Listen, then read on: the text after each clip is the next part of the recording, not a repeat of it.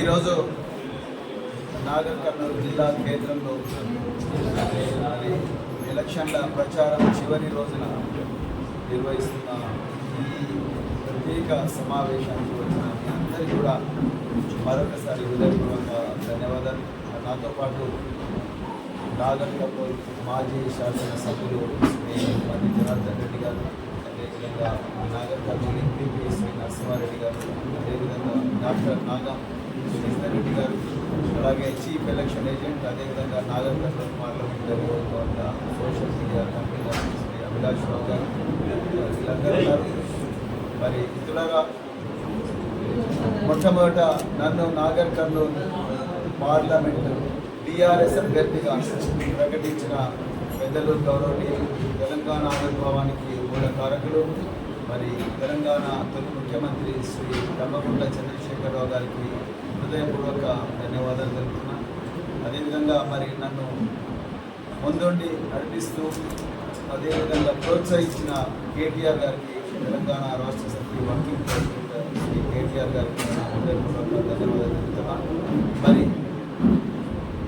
నన్ను గెలిపించే బాధ్యత తీసుకొని రాత్రింబవళ్ళు శ్రమించి 7 నియోజకవర్గాల్లో కార్యకర్తలందరినీ కూడా మరి ఉత్తేజపరుస్తూ వాళ్ళెబ్బడి ఉంటూ మరి అధికార పార్టీ ఎన్ని కేసులు పెట్టినా, ఎన్ని దౌర్జన్యాలు చేసినా, ఎన్ని అడ్డంకులు సృష్టించినా కూడా కార్యకర్తలందరినీ కూడా ముందుండి నడిపించిన పెద్దలు మరి జనార్దన్ రెడ్డి గారికి, Achampet MLA ex MLA doctor Duvala Balaraju గారికి, అదేవిధంగా కల్వకుర్తి ఎక్స్ఎమ్మెల్యే జైపాల్ యాదవ్ గారికి, అలాగే మరి కొల్లాపూర్ ఎక్స్ఎమ్మెల్యే వీరం హర్షవర్ధన్ రెడ్డి గారికి, అలాగే వనపర్తి మాజీ మంత్రివర్యులు అదేవిధంగా ఎక్స్ఎమ్మెల్యే శ్రీ సింగిరెడ్డి నిరంజన్ రెడ్డి గారికి, అలాగే గద్వాల ఎమ్మెల్యే బండ్ల కృష్ణమోహన్ రెడ్డి గారికి, అలాగే ఎమ్మెల్సీ చల్లా వెంకటరామరెడ్డి గారికి, అలాగే ఆలంపూర్ ఎమ్మెల్యే రెడ్డి గారికి, పెద్దలు మరి డాక్టర్ నాగం జనార్దన్ రెడ్డి గారికి, అలాగే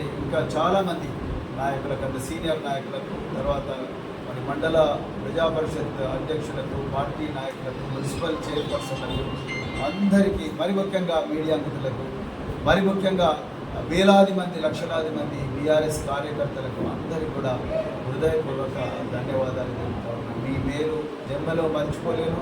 మీరు నాకు చేసిన సహాయానికి రుణం తీర్చుకునే ప్రతి అవకాశం కోసం కూడా నేను తప్పకుండా మరి ప్రయత్నిస్తానని చెప్పి మీడియా ద్వారా మీ అందరికీ కూడా నేను తెలియజేస్తున్నాను. మరి గత 60 రోజుల నుంచి, గత 45 రోజుల నుంచి ఎంతో గొప్పగా క్యాంపెయినింగ్ జరిగింది. ఎన్నో సమస్యలు, ఎన్నో అడ్డంకులు, కార్యకర్తల మీద కేసులు, మరి తూడుగుర్తులైతే రోజు కేసు పెట్టే పరిస్థితి, కార్యకర్తలు బయటికి పోలేని పరిస్థితి, కార్యకర్తలు స్వేచ్ఛగా తిరగలేని పరిస్థితి, ఆ సమస్యాత్మక గ్రామాల్లో క్యాంపెయినింగ్ చేద్దామని కూడా చేయని భయానకమైన పరిస్థితి మరి నాగర్ కర్నూలు అసెంబ్లీ నియోజకవర్గంలో ఉన్నది. అదేవిధంగా మరి అచ్చంపేట నియోజకవర్గంలో బన్నూరు, లింగాల, తర్వాత అప్పర్ ప్లాట్లో ఉండే పదరా, వంకేశ్వరం, అమరాబాద్లో మరి ఆ స్థానిక ఎక్స్ఎమ్మెల్యే డువాల బాలరాజు గారు క్యాంపెయినింగ్కి పోతే ఆయన మీద నా కళ్ళ ముందరనే పోలీసుల సాక్షిగా మా మీద దాడి చేసే పరిస్థితి.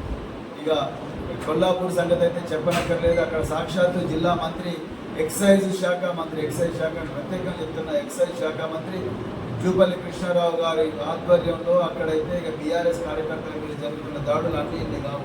సో ప్రతిరోజు కూడా పోలీసులు భయపెట్టించారు. సోషల్ మీడియాలో మా పార్టీ పోస్టులు పెడితే కూడా ఏం బాగా పోస్టులు పెడుతున్నావు, మళ్ళీ నిన్ను ఐటీ యాక్ట్ కింద లోపలికి పంపించాలన్నా అని చెప్పి, ఆ క్రిషాంక్ ఎట్లయితే పంపించినామో అట్లా నిన్ను కూడా పంపిస్తాం బిడ్డ అని చెప్పేసి మరి పోలీసులు భయపెట్టించే, భయభ్రాంతులు చేసే పరిస్థితి కూడా ఈరోజు ఉన్నది. అలాగే మరి ఎలక్షన్ల దగ్గరికి వచ్చే